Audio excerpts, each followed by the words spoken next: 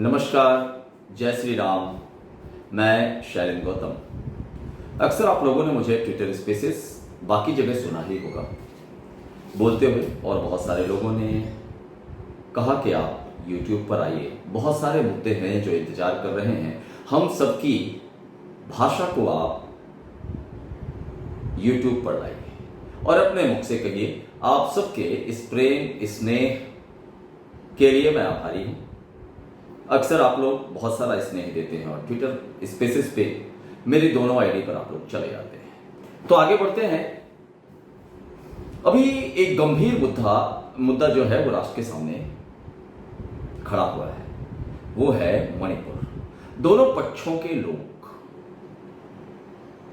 आरोप और प्रत्यारोप का एक लंबा सिलसिला चल रहा है। सत्ताधारी दल भी वहां पर लगातार विजिट पर जा रहा है, काबू करने की कोशिश कर रहा है। विपक्ष लगातार हमले भी कर रहा है और लोगों से प्रार्थनाएं भी कर रहा है कि इसे किसी तरह से बंद किया जाए। अब क्योंकि स्थितियां विकट है और इन विकट परिस्थितियों में जो मणिपुर में हो रहा है और दो पक्षों के बीच में लगातार हमले पर हमले हो रहे हैं, लोगों की मृत्यु हो रही है, चर्च, घर, लोग, आम आदमी, उनकी गाड़ियां, उनके घर जलाए जा रहे हैं, लोग एक दूसरे की हत्याएं कर रहे हैं। ये सारा का सारा जो फसाद फैला हुआ है, ये आजकल का तो नहीं, ये है तो पुराना।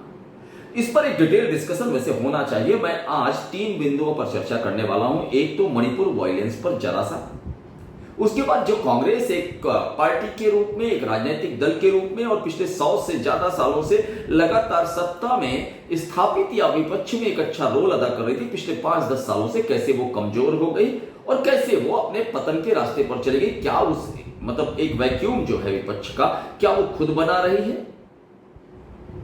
क्या ये यहां से उठेगी राहुल गांधी जी के प्रयासों से, या और गर्त में जाएगी और कोई और बनकर आएगा? और तीसरा, हिंदू मान्यताएं जो हैं, हिंदुओं की जो अपनी धरोहर है हजारों हजार साल की, वो क्यों कमजोर होती गई?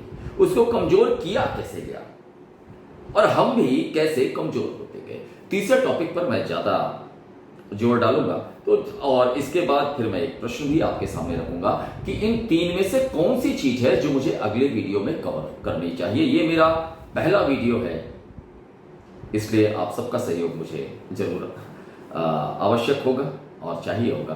तो आप सबका सहयोग बना रहेगा, मैं पूरी आशा करता हूं। मणिपुर वायलेंस, ज्यादा विस्तार से तो नहीं जाऊंगा, पर मणिपुर वायलेंस आज का नहीं। मणिपुर वायलेंस कल पैदा हुआ बच्चा नहीं है जिसने आज अपने कदम रखे और हाहाकार मचा हुआ है, आग लगी हुई और चारों तरफ लोग मर रहे हैं, कट रहे हैं, मौतें हो रही हैं और उसके बावजूद भी काबू में नहीं आ रहे। इस वायलेंस के पीछे पिछले 30-40 सालों तक लगातार सत्ता में रही वहां पर एक पार्टी भी है जिसने इन शोलों को, इस कोयले को धधकने दिया, आग दी, गर्म होने दिया। अब ब्लास्ट हुआ है। ब्लास्ट किसी के भी समय हो सकता है। अब जो चीजें पहले से चली आ रही हैं, बनाई गई हैं, एक व्यवस्था बनाई गई है, उसके आधार पर आपको पता होना चाहिए कि ज्यादातर सालों में वहां पर कांग्रेस ही रही है शासन में।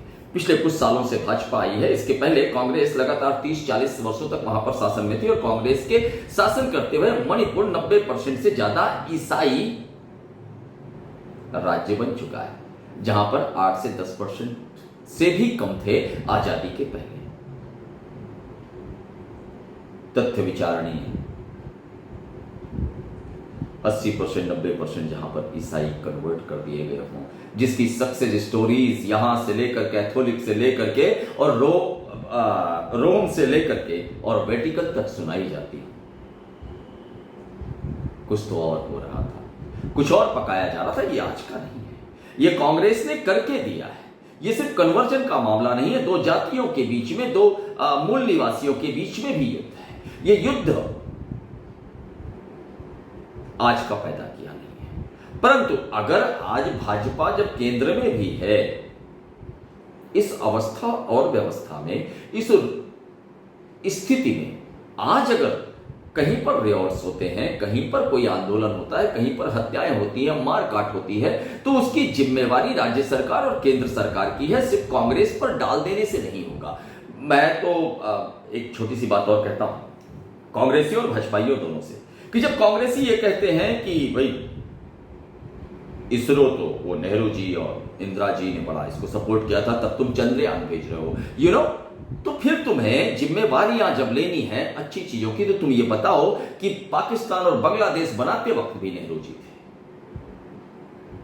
देश का बंटवारा करते वक्त भी नेहरू जी थे, इस मणिपुर की कथा और व्यथा में भी नेहरू जी थे, या इंदिरा जी थी, या हमारी कांग्रेस थी, या कश्मीर की जो दर्दनाक कहानी है और पिछले 70 सालों में जो हमने दर्द झेला है, जो कष्ट झेला है, उसके पीछे बताओ कि नेहरू जी थे और नेहरू के बाद लगातार कांग्रेस और कांग्रेसी रहे, जिन्होंने उस व्यवस्था को उसी तरह बने रहने दिया कि एक समुदाय लगातार दूसरे समुदाय पर अत्याचार मारकाट करता रहा, रालीव चालीव और गालिव जैसी बातें करता रहा, और दूसरे पक्ष को जाकर के अपने ही देश में शरण मांगने पड़ी। यह विश्व के इतिहास में पहली घटना है। लोग देशों से निकाले जाते हैं तो दूसरे देशों में शरण मांगते हैं। मेरा पहला ऐसा देश है जहां अपने ही देश में दूसरे प्रदेशों में जाकर शरण मांगी, कैंपों में रहे, बच्चे भूखे मरे, सरकार नहीं झेली। तो जिम्मेवारियां लिया करिए, और जब ये जिम्मेवारी लेने लगे तो हे भाजपाई मित्रों, तुम भी कह दिया करो कि बीज नेहरू जी ने डाला था या इंदिरा जी ने डाला था और हमने उसे बढ़ाया, पाला, पोषा है। जब अच्छी चीजों का, तो यह भी बताया करो कि कश्मीर का बीज भी इन्होंने ही डाला था और हमने उसे पाला पोसा नहीं, हमने उसे समाप्त किया है जड़ से। दोनों पक्षों को इस समय भाजपा को भी जिम्मेवारी लेनी ही चाहिए, क्योंकि उपद्रव जहां पर हो रहा है, भाजपा की सरकार होने के बावजूद उस उपद्रव पर अगर कोई कार्यवाही, समुचित कार्यवाही नहीं हो रही है, तो विषय तो तकलीफ का है। भाजपाइयों को सोचना चाहिए ये बताने के पहले कि फ्रांस के एक बहुत बड़े राइटर या बहुत बड़ी हस्ती ये कह रहे हैं कि फ्रांस में हुए उपद्रव और हरे टिड्डों या लोगों के बीच, जो भी दो समुदायों के बीच जो हमले और ये मारकाट मची हुई है, एक खासकर एक कम्युनिटी के द्वारा, उस मारकाट पर वो कह रहे हैं कि हमें योगी आदित्यनाथ दे दो। तो तुम्हें खुशी तो हो रही है, अच्छी चीज है, पर ये योगी आदित्यनाथ तुम कुछ दिनों के लिए मणिपुर में भी दे दो, मॉडल अच्छा है। तो भाजपाइयों को यह भी सोचना चाहिए, और भाजपाइयों को इस विफलता तो नहीं कह सकते, परंतु जब किसी चीज को समय पर नहीं रोका जाए, जब किसी चीज को समय पर स्थगित ना कर पाए, किसी उपद्रव, आगजनी, मारकाट को, तो फिर जैसा कहते हैं ना कि वो समय पर अगर न्याय ना मिले तो अन्याय के बराबर ही है। अगर समय पर यह चीज नहीं रोकी जाए, कश्मीर में भी तो यही हुआ, समय पर नहीं रुका और आपने देखा क्या हुआ। तो अगर समय पर इसे नहीं रोक पाए मणिपुर को, तो फिर इसकी जिम्मेवारी आपकी बनती है। तो हे भाजपाई मित्रों, जिम्मेवारी तुम्हारी भी है, और हे कांग्रेसी मित्रों, तुम्हारी 40 साल की पकाई हुई खिचड़ी आज इस देश को मिल रही है, और देश के अलग अलग हिस्सों में तुम्हारी पकाई खिचड़ियां मिल रही है। ऐसी बात नहीं है, तुमने केरल में भी पकाई होगी, बंगाल में तुमने पकवाई। 30-30 साल दो पार्टियां सत्ता में रही और तुमने कभी कुछ नहीं किया। तुम केंद्र में रहे, तुमने होने दिया, तुमने सपोर्ट भी किया। ममता जी तुम्ही से निकल के गई। कल मैं कहीं दिग्विजय सिंह को सुन रहा था और वो कह रहे थे कि ममता अच्छी की नहीं, बोले ममता तो देखिए कांग्रेस की है, अच्छी है। ममता और मायावती के बीच में एक तुलनात्मक अध्ययन किया जा रहा था। आगे बढ़ते, टॉपिक को चेंज करते, क्योंकि आज पहला वीडियो है तो मैं थोड़ा थोड़ा कवर करने के मूड में हूं, और ये भी चाहता हूं कि ज्यादा नहीं। इसके बाद आप लोग कमेंट सेक्शन में जिस टॉपिक पे सुनना चाहेंगे मैं उस पर बोलूंगा। अब यह है कि कांग्रेस विपक्ष के रूप में कैसे रास्ता भटक गई, या कांग्रेस एक पार्टी के रूप में कैसे रास्ता भटक गई। हुआ क्या इनको, जो पार्टी की तूती बोलती थी पूरे देश में कल तक, एक हनक थी सत्ता के गलियारों, हनक तो हालांकि अब भी है। आपने देखा होगा तीस्ता सीतलवाड़ का केस, संडे को सुप्रीम कोर्ट खुलता है और मनीष कश्यप पे नहीं खुलता है, लेकिन तीस्ता सीतलवाड़ के किए गए घोटाले पर खुलता है। और दूसरा जज ये कहता है पहले जज से कि 1 दिन की मोहलत तो दी जा सकती है और 1 हफ्ते तक गिरफ्तारी टाल दी जाती है। सिस्टम तो अब भी उन्हीं का है, सालों लगेंगे इस घर में। पिछले कई सालों का कूड़ा करकट, जाले और जाने कैसे कैसे विषैले जानवर घुसे हैं। एक एक को न्यूट्रलाइज करना, मारना, साफ करना और घर को फिर से हवेली बनाना दो अलग कार्य है।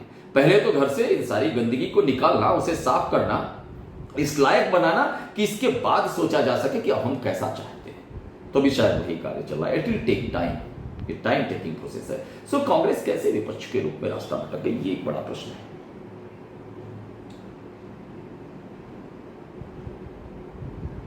व्यक्ति आधारित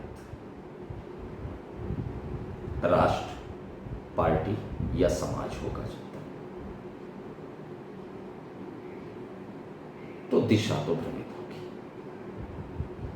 जब सारे आपके आदर्श, जब सारी आपकी मान्यताएं, जब सारे आपके अधिनियम, जब सारे आपके नियम एक जगह जाकर रुक जाएं और ये कह दे कि इन सब के ऊपर बैठा हुआ XYZ मेंबर है, वहीं पर सारी चीजें खत्म हो जाती है। कल को अगर कोई ये कहे कि मोदी इन सारे नियम कानून और सारी चीजों से ऊपर बढ़ के है, मोदी ने ये किया है, अगर कल को मोदी ये बोल दे कि ये सब खराब है और सारे भाजपा ये कह रहे हैं मोदी ने बोला है, तो हम बिल्कुल मानते हैं ऐसा नहीं है। अगर व्यक्ति पूजन होने लगेगा तो सारी चीजें समाप्त हो जाएंगी। फिर आप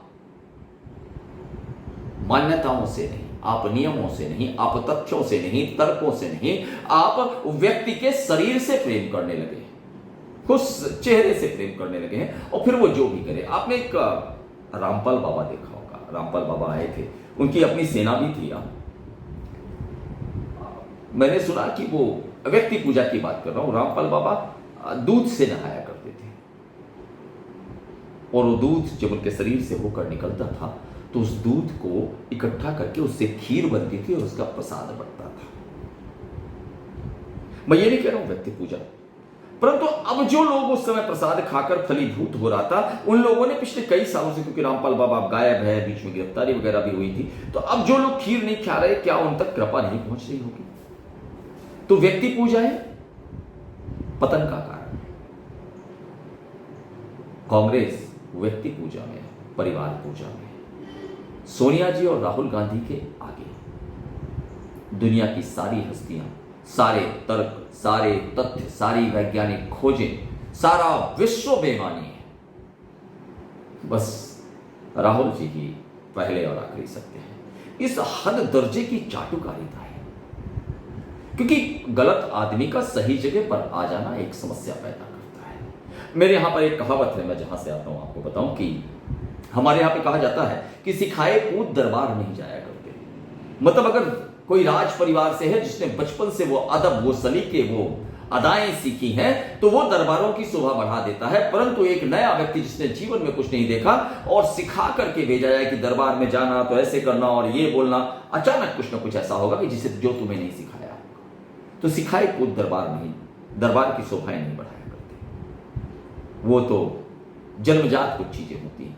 और राहुल गांधी जी के परिवार में समस्या यही है, जन्मजात इनके अंदर नेतृत्व वाला गुण ही नहीं है। ये एक मस्ती वाले आदमी है, एक अलग टाइप की लाइफ है, एक ऐसी जो फ्रैक्शन ऑफ सेकंड में चेंज हो जाती है, एक ऐसी जो इस पल और अगले पल के बीच में कोई कनेक्टिविटी नहीं रहती, जिसके पास ना तो ऐतिहासिक जानकारियां हैं, जिसके पास ना तो तथ्य है, ना तो जिसने कभी पुस्तकें पढ़ी, ना जिसने कभी आजादी का इतिहास पढ़ा, ना कभी जिसने भारत भूमि का इतिहास पढ़ा, ना कभी जिसने सनातन संस्कृति का इतिहास पढ़ा, और ना कभी जिसने वर्तमान राजनीतिक परिदृश्यों का सही से आकलन किया।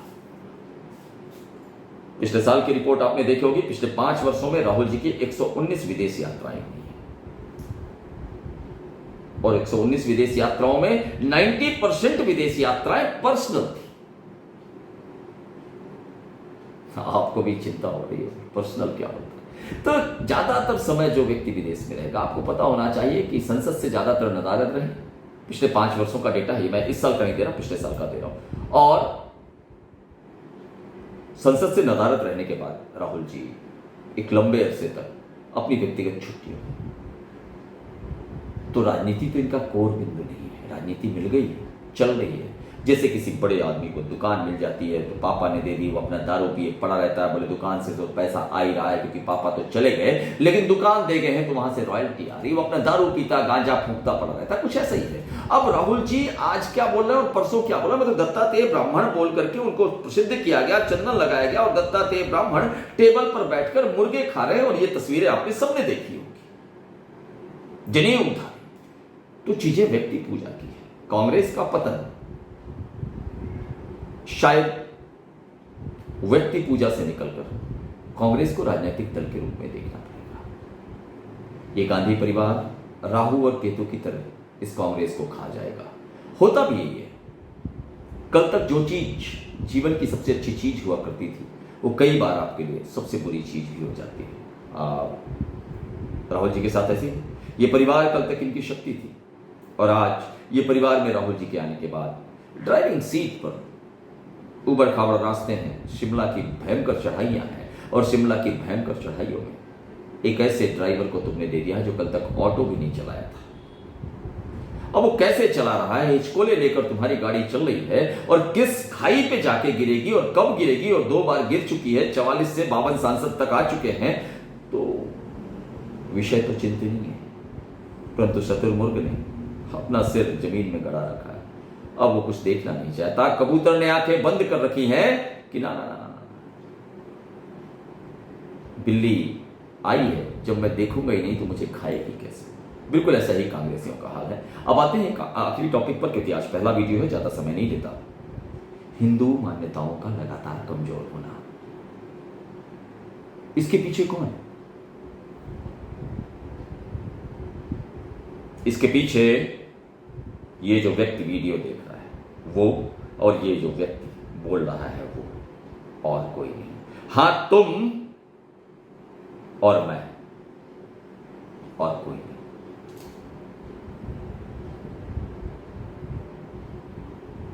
विचार कर रहे होंगे ऐसा क्यों बोल रहा है। मम्मी जब पूजा करती है बैठते हो, टीका कब से नहीं लगाया? मैंने भी। कलावा है,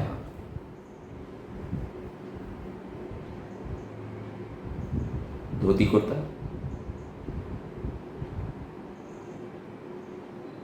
तुमने धारण किया, किसको गाली दोगे? वामपंथी इतिहासकारों को, फिल्म लिखने वाले सलीम जावेद को, यूनिवर्सिटी में बैठे हुए इन राइटर्स को, जेएनयू को, कांग्रेस को, मौलाना पहले वो जो 3-4 बार शिक्षा मंत्री रहे उनको? गलत। अपनी असफलताओं, कमजोरियों और कमियों का ठीकरा दूसरों के सर फोड़ने का कार्य बंद करना होगा हमें। 1100 सालों से अफगानिस्तान की उस सरहद से सिमटते सिमटते सिंध छोड़ते, बलोचिस्तान छोड़ते, पाकिस्तान, गिलगिट, सिंध नदी, सतलज नदी छोड़ते हुए, कश्मीर को छोड़ते हुए आकर सिमट कर राजस्थान और मध्य प्रदेश की सीमा में आकर के टिक गए हैं। उधर से बांग्लादेश और बंगाल तुम्हें दबाता जा रहा है, संकुचित करता जा रहा है। नीचे से केरला तुम्हें दबाता जा रहा है। चारों तरफ से तुम कमजोर और दबाए जाते रहे हो। लेकिन आज भी अपनी कमजोरियों, अपनी कमियों, असफलताओं को दूसरे को दोष देने का काम मैंने और आपने किया है और मेरे आपके पूर्वजों ने किया है। मुझे आज सुबह किसी ने नहीं कहा कि तुम टीका लगाकर मत जाओ, लेकिन मैं आपने वीडियो के सामने आज बिना टीका लगाया, मेरे यहां चलता है क्योंकि मैं हफ्ते में 5 दिन लगाता हूं। 2 दिन ऐसे होते हैं जब मैं जल्दी में होता हूं और पूजा नहीं कर पाता हूं। कंपल्सन नहीं है। हां, किसी सलीम जावेद ने लिखा होगा, हीरो को नास्तिक बना दिया होगा, ये उसका काम है। बहुत सारी कहानियां ऐसी हैं। तुमने अपना लिया ना, समस्या वही। मैंने अपना लिया ना, समस्या वही है। मां, ये पूजा वूजा में मेरा मन नहीं लगता। तुमने कब घर में बोला कि मेरे पास पैसे आ गए हैं, मैं आईफोन खरीदने जा रहा हूं या बड़ी कार खरीदने जा रहा हूं? कब मैंने और तुमने बोला कि मां और बाबूजी चलो चारों धाम की यात्रा कराने जा रहा हूं? कब मैंने और तुमने ये कहा कि बाबूजी एक भागवत कथा करवा ले क्या, 5 लाख रुपए का खर्चा आएगा? कितनी बार नवयुवक होते हुए मैंने और तुमने घर में श्रावण के सोमवार में पार्थिव शिव का पूजन किया है। अपनी पहल से बोल रहा हूं, माता जी की नहीं। माता जी 60s, 70s या 50s में पैदा हुई, 80s, 90s, कितनी बार। विचारणीय है, विचारणीय ये नहीं है। उंगलियां उठाना बंद करिए। Charity begins at home. मैं और तुम अगर सुबह टाई लगाने, जूते पहनने, जूते चमकाने, इन सब का समय रहता है, क्रीम लगाने का समय रहता है, तो जरा देर के लिए तिलक लगाने का भी समय रखो। हिंदू मान्यताएं, इस पर मैं एक अलग से वीडियो और करूंगा। ये 3 विषय थे, मणिपुर, कांग्रेस का पतन और हिंदू मान्यताओं का लगातार क्षरण। ये तीनों विषय आज मैंने छुए हैं। कोई नया विषय अगर आप चाहते हैं तो कमेंट सेक्शन में आप बताएं।